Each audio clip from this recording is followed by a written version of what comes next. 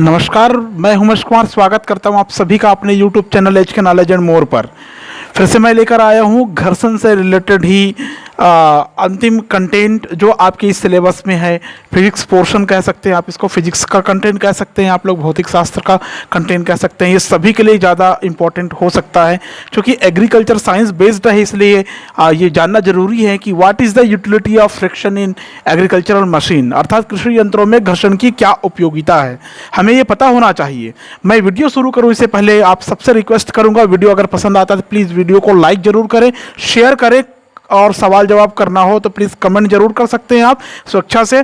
और सबसे अच्छी बात, अगर आपने चैनल को अभी तक सब्सक्राइब नहीं किए हैं, मेरे बार बार कहने के बाद भी, तो प्लीज़ चैनल को सब्सक्राइब कर लें ताकि आपको आने वाले आगे की वीडियो की जानकारी तुरंत मिल जाए और वीडियो का लाभ ले पाए।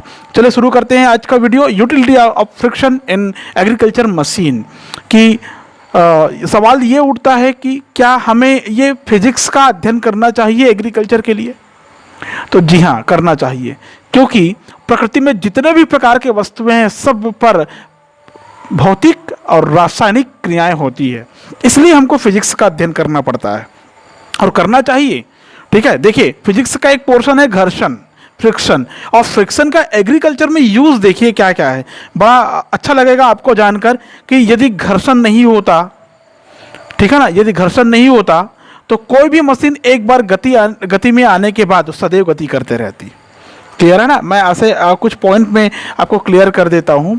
ठीक है, यदि घर्षण नहीं होता तो मशीन के गति में आने पर, मशीन के गति में आने पर गतिशील ही रहती। क्या रहती?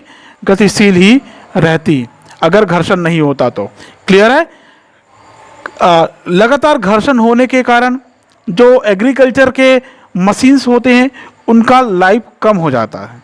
ठीक है, लेकिन अगर नहीं होगा तो जो एग्रीकल्चर से रिलेटेड जितने भी प्रकार के मशीन्स हैं, हम उनमें कृषि कार्य जिस उद्देश्य की पूर्ति के लिए कर रहे हैं वो नहीं कर पाएंगे। ठीक है, जाहिर सी बात है, लगातार घर्षण के कारण मशीन की दक्षता कम हो रही है। इसका मतलब यही हुआ ना, मशीन की दक्षता कम हो रही है, उसका लाइफ कम हो रहा है, उसका जीवन कम हो रहा है। ठीक है, लेकिन अगर घर्षण नहीं होगा तो हम कार्य की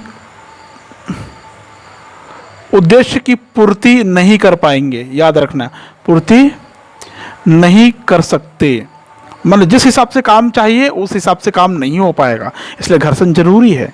आपने देखे होंगे कि ट्रैक्टर, मोटर, चारा काटने की मशीन, सब में घर्षण की आवश्यकता होती है। ठीक है, खेतों में जुताई करते समय आपने देखे होंगे, खेतों में जुताई करते समय क्या हो रहा है? खेतों में जुताई करते समय क्या होता है? घर्षण ही तो होता है, तभी तो जाके जो प्लग रहता है, जो हल होता है, वो जमीन को खोदकर मिट्टी को पलटने का कार्य करती है। ठीक है ना? और ट्रैक्टर से जब जुताई करते रहते हैं तो आपको ये देखने में आया होगा कि जब मिट्टी गीली रहती है, नमी रहती है, चक्के फिसलते हैं, स्लिप करते हैं। तो स्लिप ना हो और फिसलन ना हो उसमें, इसलिए क्या करते हैं, आपने देखे होंगे ट्रैक्टर के चक्के में बाहर लोहे की ग्रिल चढ़ाई जाती है, वो खाँच के बने होते हैं। ठीक है, ताकि घर्षण पर्याप्त बना रहे। समझ में? मतलब घर्षण का उपयोग है खेतों में जुताई करते समय। ठीक है, नेक्स्ट कंटेंट की अगर बात करें तो जो चारा काटने की मशीन होती है, चारा काटने की मशीन आपने देखे होंगे, चारा काटने की मशीन, ठीक है, चारा काटने की मशीन के बेलन दांतेदार होते हैं, दांतेदार होते हैं। इसके बेलन जो होते हैं दांतेदार होते हैं, मतलब उसमें पर्याप्त घर्षण होता है। इस बेलन दांतेदार है, मतलब क्या होगा? घर्षण होगा। चलो ठीक है, अगर चारा काटने की मशीन सबने नहीं देखे हैं, चलो मेरे को एक बात बताइए, गन्ना पेराई की मशीन तो सभी ने देखे हैं ना? अभी शुरू हो जाएगा थोड़ी दिन में, गन्ना का रस पीना, गन्ना का जूस पीना, तो मशीन जाके देखना, उसका जो बेलन होता है उसमें वो दांतेदार होते हैं, खाँच के बने होते हैं, जिसके कारण घर्षण पर्याप्त होता है और आसानी से घूमता है। ठीक है, थ्रेसर तो देखे होंगे आप लोग, थ्रेसर अभी शुरू हो गया होगा सबके गांव में, सबके घरों में। थ्रेसर का उपयोग धान मिंजाई के लिए इसका उपयोग करते हैं, गेहूं मिंजाई के लिए करते हैं, किसी भी प्रकार के फसल से बीज को अलग करने के लिए थ्रेसर का उपयोग करते हैं।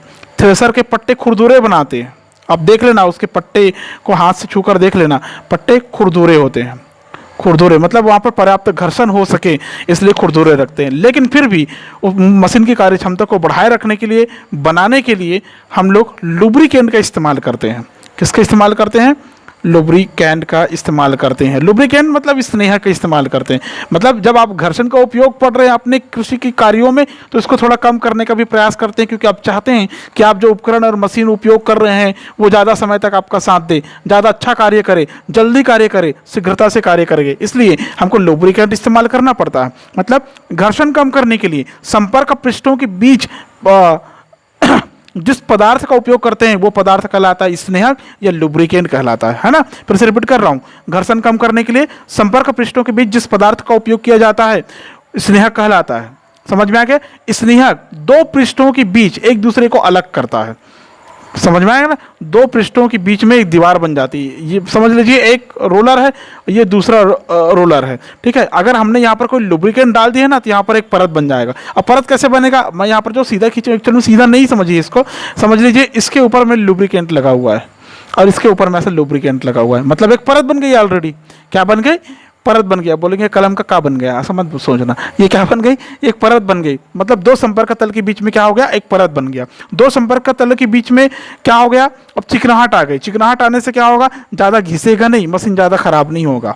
समझ में आए? एक मशीन, एक उपकरण दूसरे उपकरण से, एक पात्र दूसरे पात्र से नहीं घिसेगा, नहीं खराब होगा। समझ में आया क्या? अर्थात एक पतली परत बना लेता है, पृष्ठों के खांचे भर जाते हैं। समझ में आया? छोटी और हल्की मशीन के लिए आप हल्की मशीनों के लिए आप हल्का तेल इस्तेमाल करते हैं, लाइट ऑयल का प्रयोग करते हैं, हल्के तेल का। और बड़े और भारी मशीन के लिए आप हैवी ऑयल का प्रयोग करते हैं, हैवी ऑयल का प्रयोग करते हैं। सिंपल ऑयल से उसको कोई फ़र्क ही नहीं पड़ेगा। भारी मशीन अगर है तो उसके लिए गाढ़े ऑयल की ज़रूरत पड़ती है, याद रखना, गाढ़े भारी तेल की ज़रूरत पड़ती है उनको, ठीक है। मशीनें जिनका ताप बहुत बढ़ जाता है उनमें सेलम का उपयोग किया जाता है। टेम्परेचर जिसमें इंक्रीज हो जाता है, मशीन के चलते चलते क्या हो जाता है? टेम्परेचर इंक्रीज हो जाता है, बढ़ जाता है।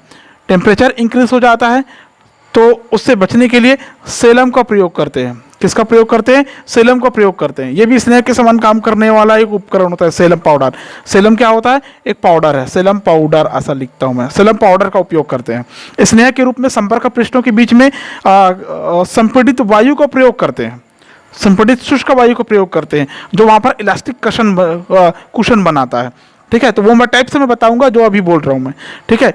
समझ में आएगा? इन सब के प्रयोग से, लुब्रिकेंट के इस्तेमाल से घर्षण को कम कर सकते हैं, अपनी मशीन की दक्षता को आप बढ़ा सकते हैं।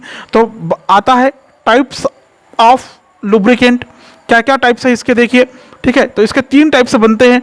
पहला जो टाइप है इसका सिंपल, आप समझ सकते हैं इसको बोलते हैं solid lubricant. Solid lubricant, solid lubricant मतलब ठोस स्नेहक, अर्थात बैबिट जो कि मिश्र धातु के बने हुए रहते हैं, 2 परतों के बीच में इसको लगा दी जाती है जिसके आपस में घर्षण कम होता है, ठीक है। और अभी अभी आपने पढ़ा सेलम पाउडर, सेलम पाउडर का प्रयोग करते हैं ठोस के रूप में, ठीक है। दूसरा होता है इसमें लिक्विड लुब्रिकेंट। क्या होता है? Liquid lubricant. लिक्विड लुब्रिकेंट का मतलब होता है द्रव स्नेहक। इसके लिए हम ग्रीस का प्रयोग करते हैं। किसका प्रयोग करते हैं? ग्रीस का प्रयोग करते हैं, मोबिल ऑयल का प्रयोग करते हैं, मोबिल ऑयल का प्रयोग करते हैं, ग्लिसरीन का प्रयोग करते हैं और वैक्स वगैरह का भी प्रयोग करते हैं, वैक्स एटसेट्रा का प्रयोग कर सकते हैं आप, ठीक है। नेक्स्ट थर्ड इसमें आता है जिसको बोलते हैं gases. Gases lubricant. Gases lubricant का मतलब होता है इसमें हम कंप्रेस्ड मतलब संपीड़ित, कंप्रेस्ड ड्राई एयर वायु का प्रयोग करते हैं। इसके प्रयोग करने से वहाँ पर 2 संपर्क तलों के बीच में इलास्टिक कुशन का निर्माण होता है। इलास्टिक किसका निर्माण होता है? कुशन। कुशन जानते हैं नहीं? तकिया। इलास्टिक कुशन का निर्माण होता है, मतलब प्रत्यास्थ गद्दी का निर्माण होता है, ठीक है, जो इस प्रकार से व्यवहार करेगी, प्रत्यास्थ गद्दी के समान व्यवहार करेगी। ये कंप्रेस्ड ड्राई एयर और दोनों संपर्क तलों के बीच में घर्षण को कम करने में काफ़ी ज़्यादा मददगार होगा, ठीक है। अब थोड़ा सा प्रॉपर्टीज़ के बारे में अगर हम चर्चा करें, गुण के बारे में अगर चर्चा करें तो वो कुछ इस प्रकार से होता है। इसके प्रॉपर्टीज़ क्या क्या प्रॉपर्टीज इसके बनते हैं देख लीजिए। बहुत सिंपल सा प्रॉपर्टीज है। क्या क्या गुण होने चाहिए। जो स्नेहक होता है, लुब्रिकेंट होता है, वो काफ़ी सस्ता होना चाहिए। सबसे पहले तो जान लीजिए, सस्ता, सरल, सहज होना चाहिए। अब आपको जो लिखना लिख लेना, सस्ता, सुलभ, सहज, जो जो लिखना है लिखना, सहज होना चाहिए, मैं ऐसा लिख दिया। ठीक है। नेक्स्ट, इसका जो वाष्पन बिंदु है वो अधिक होना चाहिए। मतलब इसका वाष्पन बिंदु मतलब बॉइलिंग पॉइंट है वो ज़्यादा होना चाहिए। वाष्पन बिंदु अधिक होना चाहिए। बिंदु कैसा होना चाहिए, अधिक होना चाहिए, ताकि तेजी से वाष्पित ना हो पाए।